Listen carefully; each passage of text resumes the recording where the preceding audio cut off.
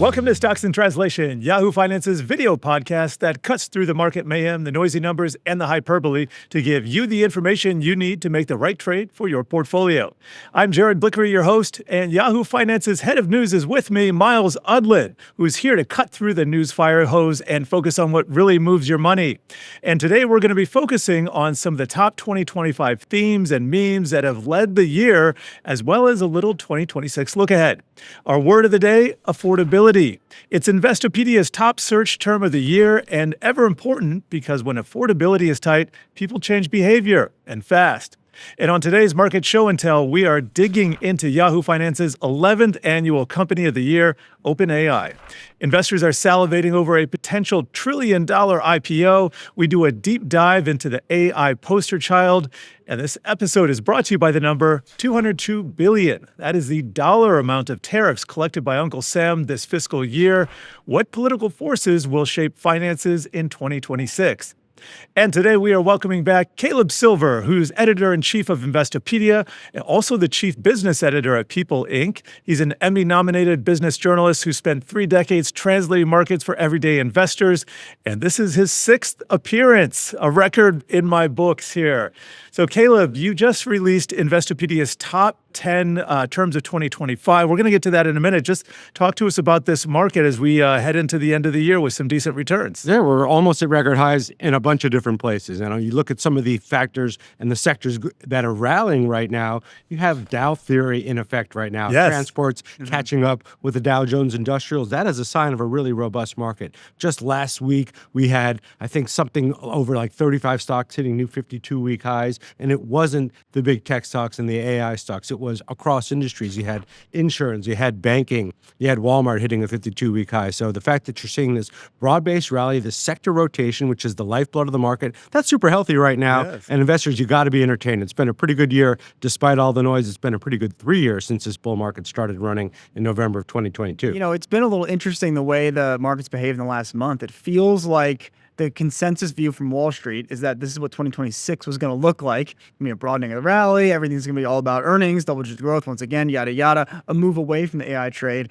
And about a week after those outlooks all came out, the market started acting that way. Yeah, you know what's weird is everything seems so compressed and acting very quickly these days, right? Even that 5% dip we had back in November, that recovered. That was the 3rd fastest recovery in history, according to Bespoke Investments. So everything's happening very quickly. Our bear markets don't last very long. These rallies that are very sort of meteoric, and then they kind of peter out a little bit. So I think time is being compressed. I think a lot of that is some of the day trading, some of the predictive markets and their influence on what's happening in the capital markets. That, my friends, is going to be a theme for 2026. It's about to get real wild out there. All right, let's talk about one of the themes of 2025, and it's time now for our word of the day. And that is affordability. It is Investopedia's #1 search term of the year. Affordability is the gap between prices and paychecks and everything from housing, groceries, insurance, car payments, mortgages, and so on.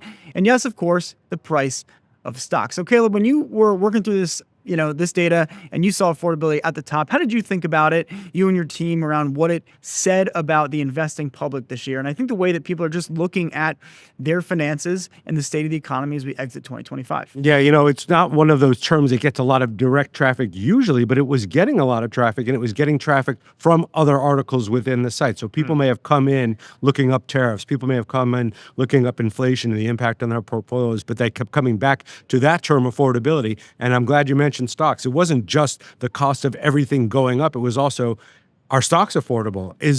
Is the stock market overvalued? What is affordable? What's a good price range for the S&P 500 right now, or the stocks that people own? So it was everything, that feeling of just lack of affordability and then questioning affordability. And then, of course, it became a political hot potato with the president and others using it, calling it a hoax potentially. And it just became one of those words that everybody was talking about. But it's the one thing that everybody feels. It's one of those terms, one of those words that has a real emotional feel to it as well. That's why it really stuck out to us. And when we kept seeing it pop up, we couldn't can deny. I'll just say, thinking about it for our audience and the way that they've kind of experienced affordability, it feels like the last month has been a big step change, particularly once everyone went to the exchanges and started to get healthcare for 2026, whether that was at the corporate level, where I think a lot of companies were forced to increase their premiums that their employees had to pay. And certainly if you went to the exchanges on your own, any of the Affordable Care Act exchanges that were still in operation, Medicare expenses, Medicare Advantage, another big part of that as well. And so I think everyone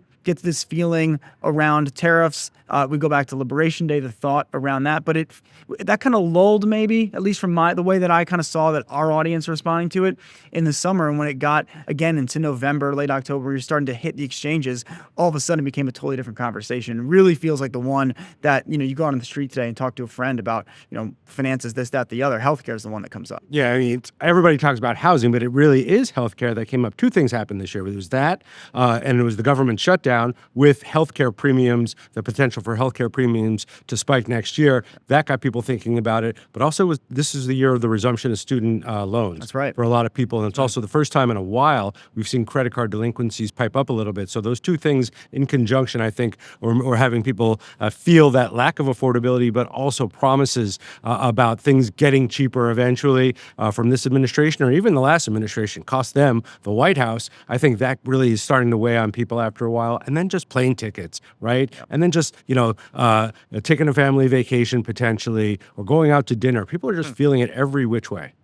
Let's go over some of these other items on the list here, and we're actually going to hit tariffs hard after the break, but we got gold, AI stocks, stablecoin, parlay, insider trading, Bad Bunny's net worth. I believe that's a perennial favorite in the Investopedia world. That's right. Private markets, and of course, covered call. Little options work there. So yeah. What do you make of it all? Well, there's a through line here, believe it or not, with great. some of these. So when I look at, first of all, gold versus AI stocks, right? Two different ends of the barbell there. It's almost like that's setting up for a runway battle later. But yeah, go ahead. It does sound like a WWF WrestleMania feature, but you have the two ends of the barbell, the risk spectrum of the barbell, right? The flight to safety, and then you have AI stocks, and you even had some crypto in there. Stablecoins, obviously, because of the Genius Act and this administration trying to create or make America the crypto capital of the world by introducing stablecoins into our finance system. And then you have parlay, right? The sports betting that I've been talking about it with you for about 6 different episodes now.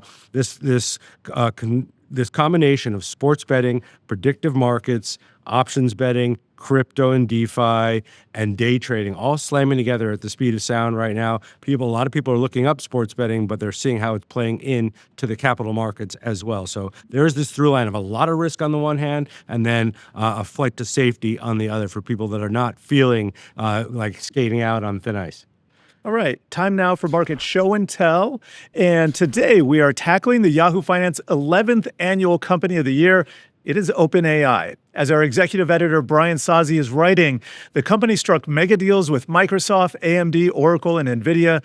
It amassed $1.4 trillion in committed spending over the next 8 years. It pushed ambitions to build its own data centers and hardware products, and it converted to a for-profit company with a potential for a $1 trillion IPO on the horizon.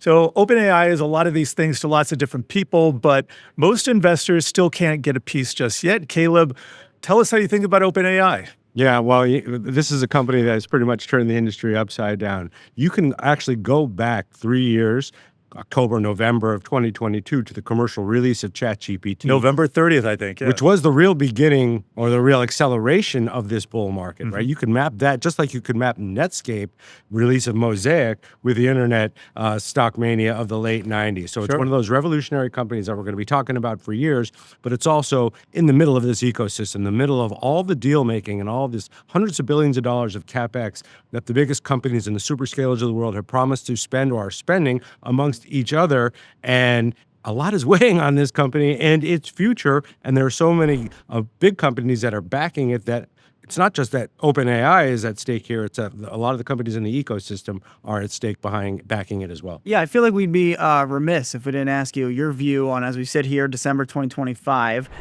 what this feels like, this moment in time feels like, any parallels to prior periods around the AI enthusiasm. And I think it's interesting you mentioned Netscape and Mosaic, because by the time you get to 1999, that was not one of the four horsemen. So the trade had changed a couple different ways.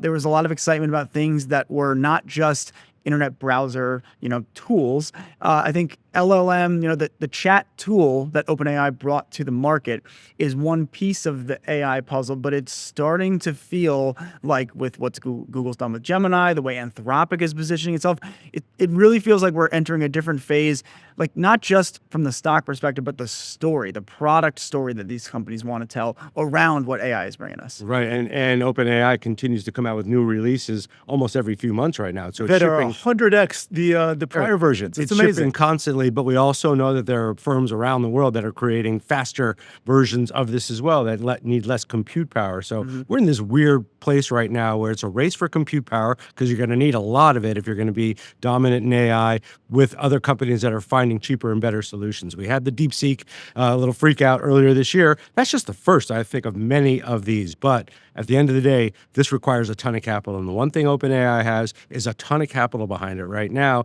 And it's going out into the public markets potentially next year to get even more capital. So you need a war chest to win this war. You need a big one. And they have the biggest one so far. All right, going to take a short break here, but coming up, we're going to be talking tariffs, another top 2025 search term, and we'll have a runway showdown between two of the top performing assets of the year. Stay tuned.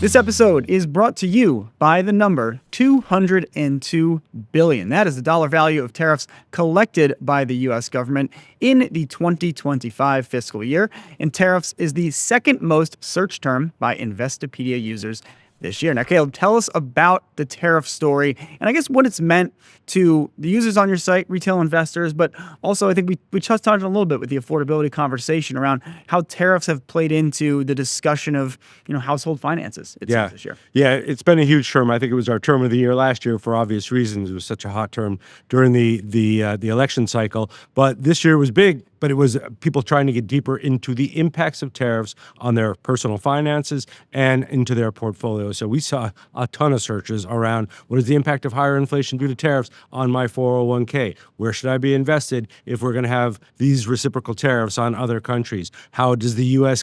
Economy become impacted by reciprocal tariffs? People were becoming experts in Smoot-Hawley. They were going deep into history to really learn the history of this policy and also how it could potentially work. And there were so many changes in tune to the tariff policy from this administration that investors and our readers were constantly searching for new answers based on what was happening in the news. So it was one of those things that was like one of those balls up in a concert. Yeah. People keep popping up into the air. It never died. What I remember from early in the Trump administration, everybody was discounting the tariffs. They thought, okay, this is going to be a low amount. It's going to be a non-market event.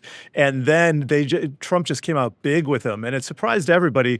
And that's what led to what arguably was a bear market by many metrics. Wasn't quite 20% in the S&P 500, but it sure felt like a bear market to a lot of people. And then, as you were saying earlier, we have just recovered so quickly. Time is speeding up for the market. So I think there are a lot of fascinating aspects for this. But I think number one, the market never correctly anticipates some of the biggest market stories of the year, even if it's looking at you straight in the face.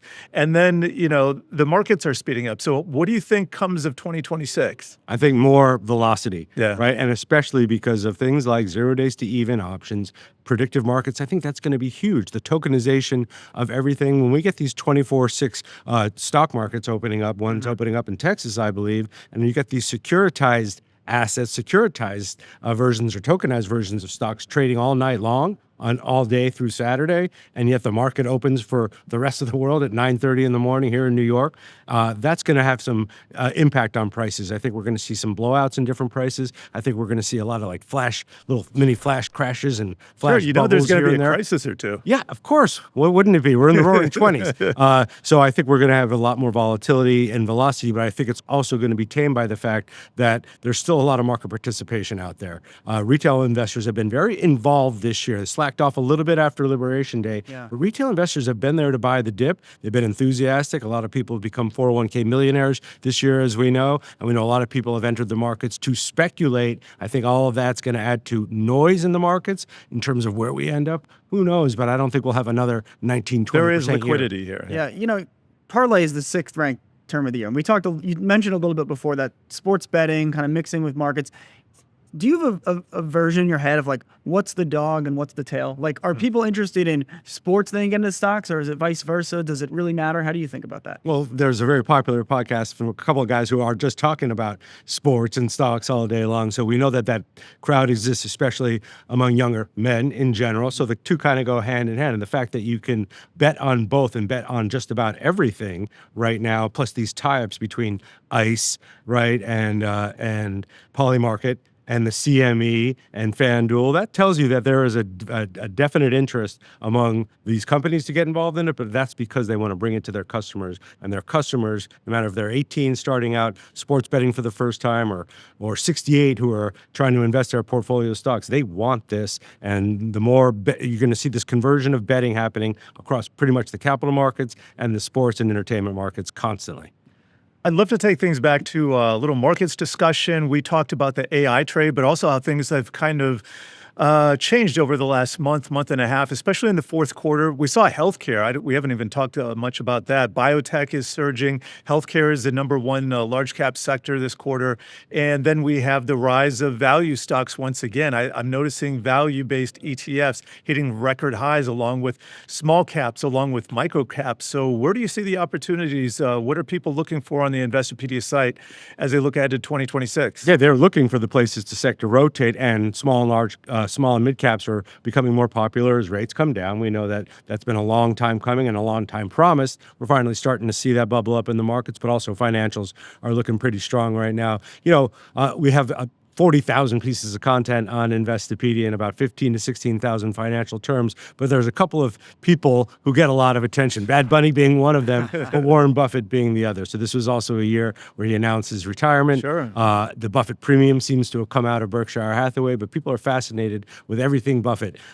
So value and being a long-term investor in value stocks and some of the companies that he's made choices to invest in, people are constantly fascinated by that as well. On the content side, I feel like there's been a whole cottage industry of people writing about Warren Buffett for many, many years, but especially the way things accelerated in the last 15 years around you could do visual versions, slideshows. We had the annual meeting on this website for a long time. Yes.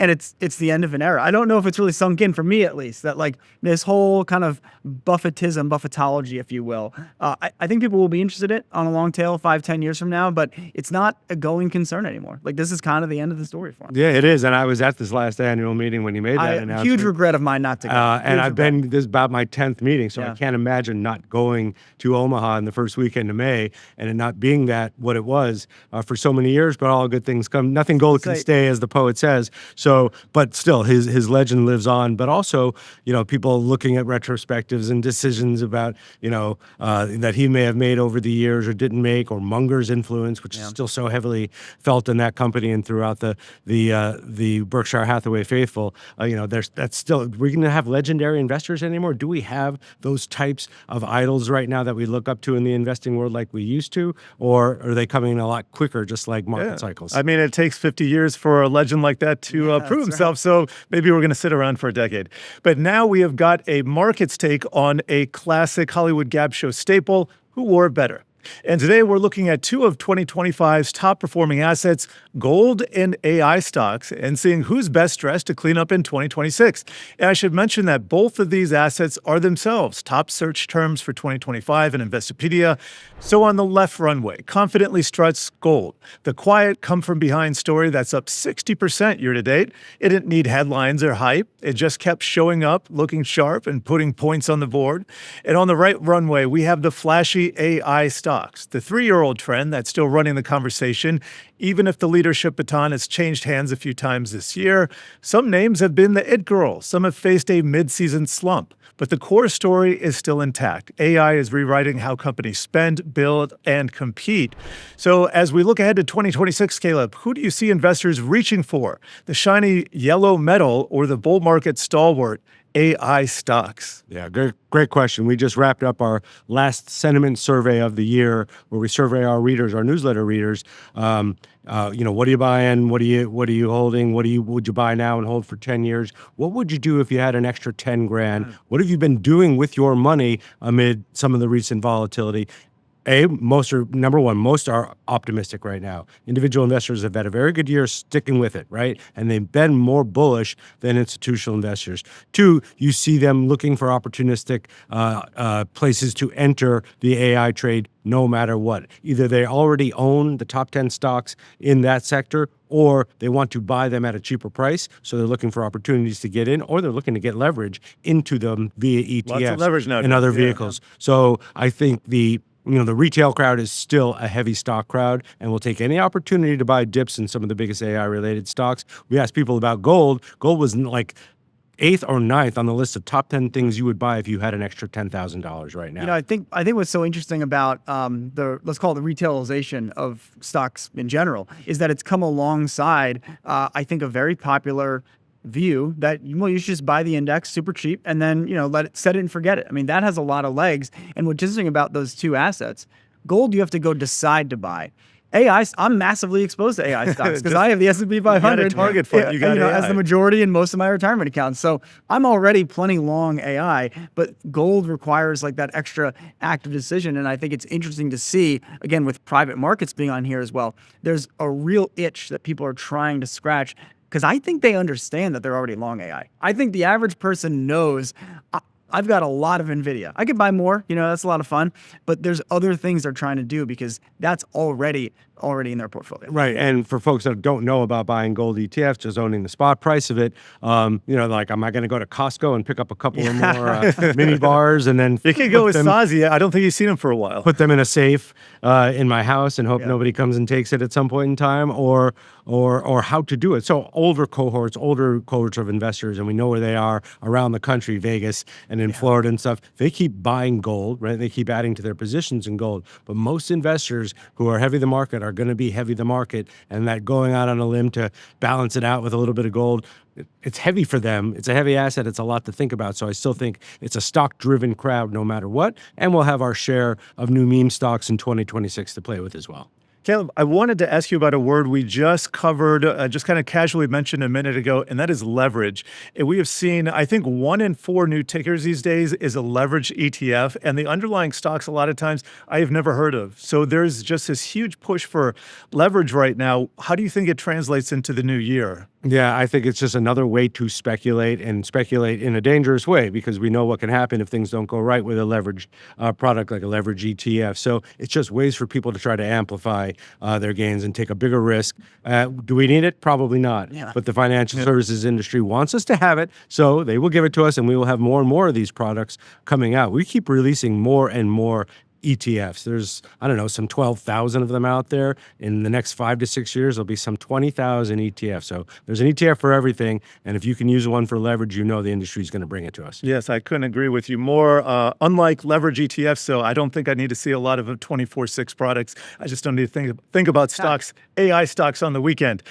So we have kind of exhausted our time here, but just to review some of the top search terms, I like that we led with affordability, because I really think that is kind of we have the whole AI story, and of course that's Yahoo Finance's Company of the Year, but affordability really encapsulates a lot of the other stories and wraps them up into one.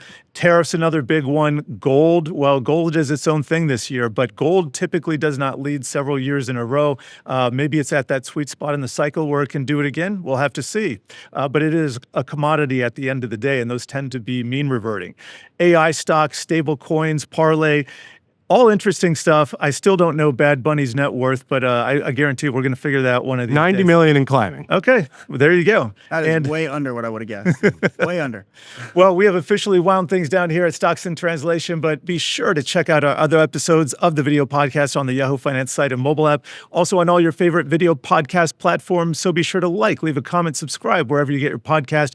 We'll see you next time on Stocks in Translation.